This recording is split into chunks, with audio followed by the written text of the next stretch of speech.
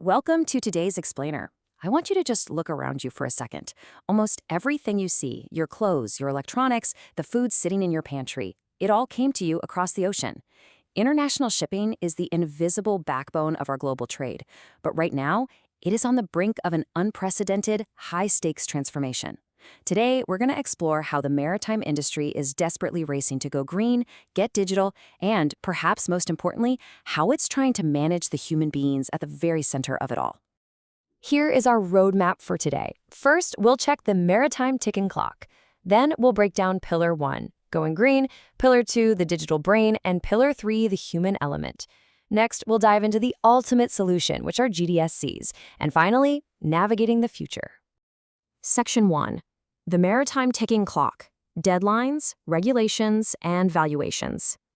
So the maritime industry isn't just evolving because it wants to be trendy, it's evolving because it absolutely has to, and financial valuations are skyrocketing as a result. Take a look at this number. The smart port market is projected to rise from $5 billion in 2025 to a staggering $40 billion industry valuation by 2034. I mean, that is an enormous amount of capital flooding into this sector. Why? Because the entire infrastructure of global shipping is being completely overhauled to survive what experts are calling the double D trend: digitalization and decarbonization. All that money is being spent to beat a very real regulatory ticking clock set by the IMO, the International Maritime Organization. They have drawn a hard line in the sand. By 2030, ships must reduce their carbon intensity by 40% and achieve a 5% uptake of zero-emission fuels. By 2040, they need a 70 to 80% reduction in total annual greenhouse gas emissions. And by 2050, net zero. This isn't just a suggestion, folks. It's a strict mandate that requires completely redesigning how these ships actually operate. Section 2. Pillar 1, going green. The decarbonization challenge. Decarbonizing massive fossil fuel-burning ships is a monumental hurdle. We can't just swap out a gas engine for a battery like we do in a car. We are facing massive gaps when it comes to adopting alternative fuels like hydrogen, methanol, or ammonia. Look under propulsion here. Our current engines simply aren't optimized for these green fuels. Plus, green fuels have a lower energy density, which means ships need much larger tanks, and that eats right into their cargo space. Then you have the emissions themselves. Using LNG can lead to methane slip, and ammonia can actually release nitrous oxide, which completely reduces the climate benefits we're going for. And look at storage. We have a severe lack of bunkering facilities, astronomical retrofitting costs, and some insane safety requirements like complex cryogenic storage. It is a massive, highly complex puzzle. Section 3, Pillar 2, the digital brain. Smart ports and connectivity. Now, to manage these new green fuels, we need incredible intelligence. Inside an AI-driven zero-emission smart port, it's not just about cranes and containers anymore. We are looking at a striking contrast between the massive physical scale of a 9,000 TEU container ship and the invisible, microscopic technologies that are going to drive it. The connectivity backbone here relies on private 5G and edge computing. We're talking about millisecond latency connecting autonomous straddle carriers, remote-controlled cranes, and over 25,000 connected devices per port. All this data has to be processed locally at the network edge to ensure near-zero latency and high security. This digital brain is what allows fully automated terminals to slash vessel wait times and boost productivity by up to 50%. So, how does this AI-driven brain actually function in practice? Well, it runs on a continuous, three-step, self-optimizing operational loop. Step 1 is perception, gathering high-frequency IoT data from the ship, the port terminal, and the surrounding land. Step 2 is decision and execution. Here, the AI instantly optimizes berth scheduling and translates those digital commands into physical movement, like dispatching autonomous trucks. And Step 3 is automated safeguarding. These systems can autonomously slow down operations if sensors detect a localized spike in pollution or a sudden safety hazard. It's essentially brilliant, seamless automation. Section 4, Pillar 3, the human element, the unseen vulnerability. All right, here is the major plot twist of this entire industry revolution. We have these revolutionary green fuels and incredibly advanced AI systems, but who is actually running them?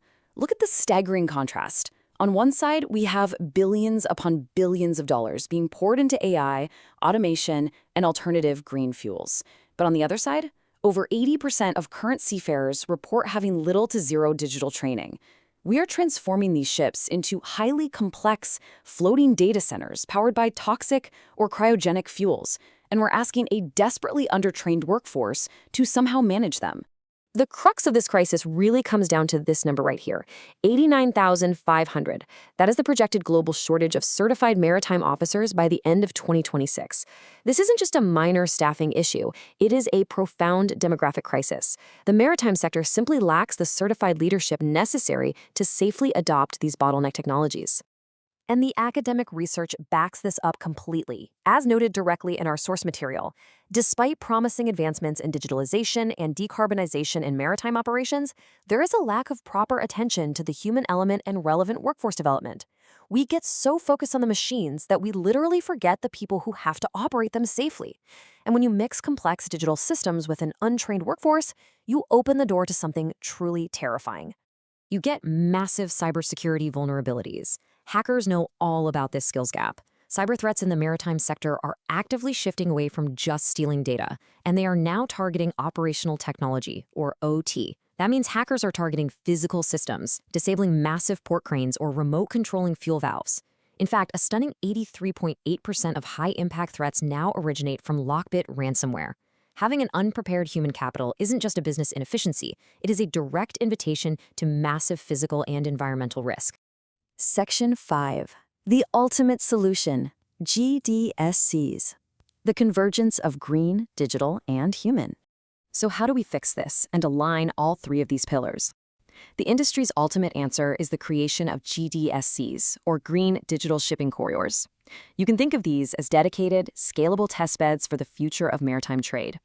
A GDSC is a designated route between two or more ports that completely integrates all three of our pillars. It's where low-emission fuels, advanced digital tracking, and most importantly, highly trained human crews operate in perfect sync.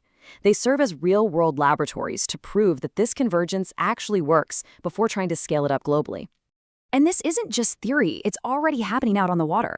Take the Liverpool-Belfast GSE model. This is a vital £5 billion economic artery for the Irish Sea. It's being piloted right now through public-private partnerships. They are actively running commercial trials for e-methanol as a marine fuel, and they are developing regulatory frameworks for commercial shore power, which means ships can actually plug into clean electrical grids while they're docked instead of just burning diesel. We are also seeing some incredible strategic moves on a global scale. Egypt, for instance, is leveraging its unmatched geographical position at the Suez Canal to transform into a global green hydrogen hub. Backed by massive infrastructure investments, they are perfectly positioning themselves to be the essential global fueling stop connecting the East and the West. Section 6. Navigating the Future. The 2050 Deadline. As we look out toward the horizon, we know the technology and the regulations are locked in. Frameworks like the Green Digital Shipping Corridors are clearly the pathway to success. But the journey to 2050 leaves us with a final, critical question to ponder today. Can our global supply chains, these fragile, complex networks that sustain our modern world, evolve fast enough? We have the capital, and we are building the digital brains and the green fuels. But can we close that massive human capital gap in time to safely meet the 2050 zero emissions deadline? The survival of our climate and our global economy just might depend on the answer. Thank you so much for joining me for this explainer. I hope this sparked your curiosity, and I'll catch you next time.